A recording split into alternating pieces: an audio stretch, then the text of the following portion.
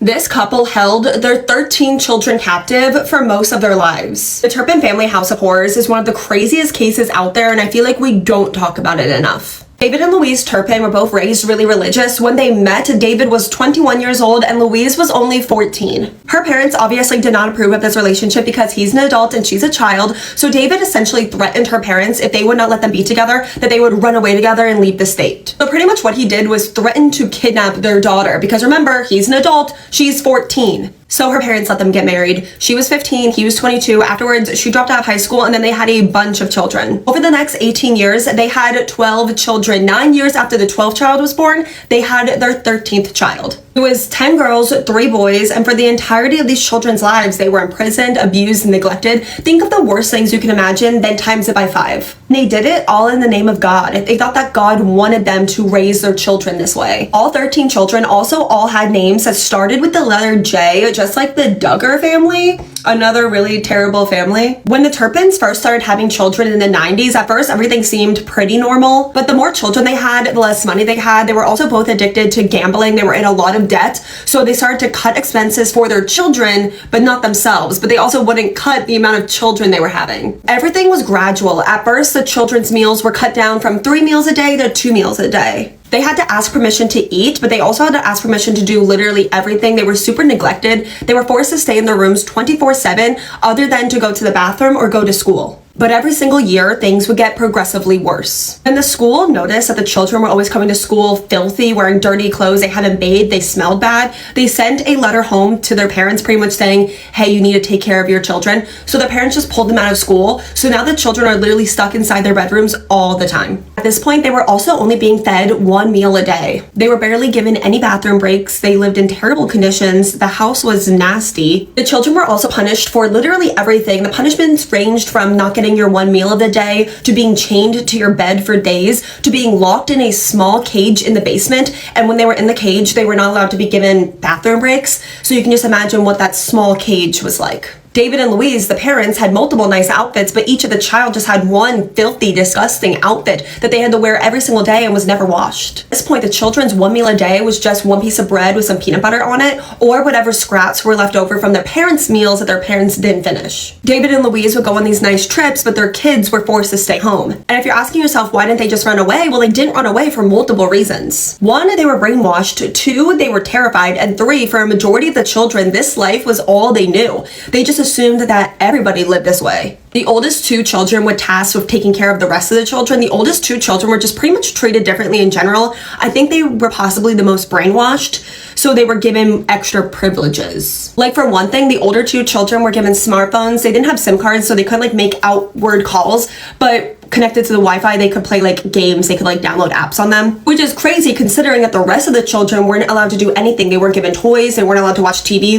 literally they couldn't do anything. The entire family was completely cut off from family, friends, neighbors until 2011, when David's brother wouldn't stop asking questions about the children. So to shut him up, the entire family went to Disney. It was the first time in years that the children were given a bath. The thing about David and Louise is that they would always keep up appearances. They were really big posting on social media, they had this big, beautiful, perfect, happy family. In October of 2017, 3 of the children, the youngest being only 7 years old, were caught stealing food because they were starving. And as a punishment, they were chained to their beds. On Christmas, 2 months later, the 3 children were released from their chains for the first time in 2 months so they could stand in silence and watch the rest of the family eat Christmas dinner before being put back in their chains. On Mother's Day 2017, the children were given their first bath since Disney of 2011, so 6 years. So they could pose for a photo for social media looking clean and happy. They were given clean clothes to wear, but after the photo was taken, their clean clothes were taken from them and then they had to put their dirty, filthy clothes back on. Also in 2017, one of the older kids got a new cell phone, so they gave their older one to their sister, 17-year-old Jordan. Again, the phone couldn't make calls, but it had access to the internet through Wi-Fi, so Jordan downloaded social media apps and made a fake account using a fake name where she began talking to people outside of her house. And her online friends told her that her life is not normal. It's a crime, especially when Jordan says that she has 3 siblings that have been chained to their beds for months. Her online friends told her that even though her phone didn't have a SIM card, it could still call 911. Her siblings had been chained to their beds for 1 year and 3 months. 17-year-old Jordan ran away from her house, ran down the street as far as she could until she couldn't see her house anymore, and she called 911. And when the police arrived to talk to Jordan, I don't think they fully understood the gravity of the situation. Jordan's 17 years old and she doesn't even understand what some basic words mean because she's been held captive her entire life. Hi, Jordan. Hi, what's going on? I just ran away from home. Okay.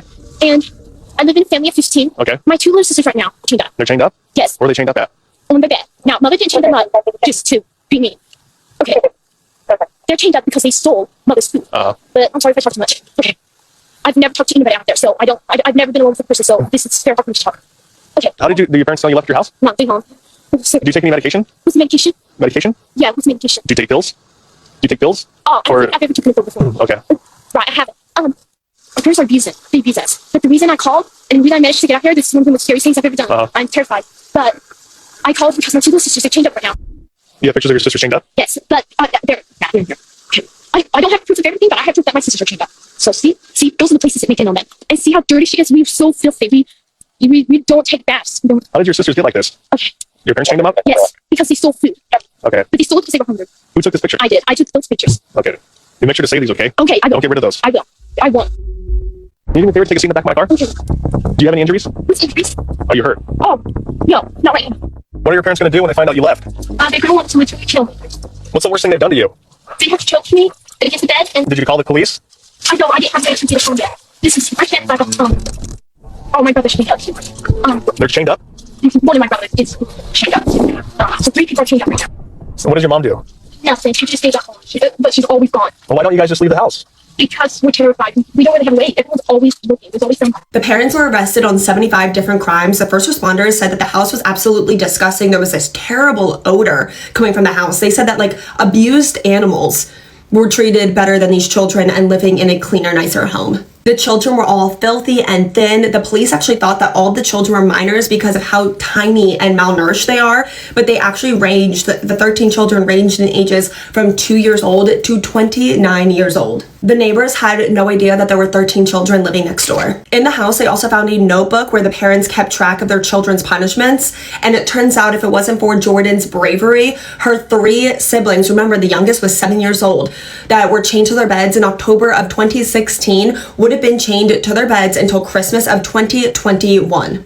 Just for taking some food because they were starving. All the children were severely malnourished. They had a long list of medical issues because of a lifetime of neglect and abuse. The 2 oldest daughters will never be able to get pregnant because they had lost function of their ovaries. The hospital that treated them said it was a miracle that they all survived. The 6 youngest children were divided into 2 foster homes, and all the children were given the choice to change their names. And the oldest children, who a lot of them were adults, remember the oldest was almost 30 years old, has been kept inside their house their entire lives, had no idea how to take care of themselves. So they were given help on how to learn like literally the most basic parts of just life. And their parents, David and Louise, pled guilty to all charges because in their words, they wanted to spare their children having to testify. Which is like obviously good. Like I'm happy the children didn't have to testify, but like don't act like you care. They claimed that when it came to how they cared and disciplined their children, they had good intentions and that they loved their children and they were all blessings. You can let me know what you think about that. This is an incredible story of survival. I don't think that in my 27 years of life, I've ever been a quarter as brave as Jordan was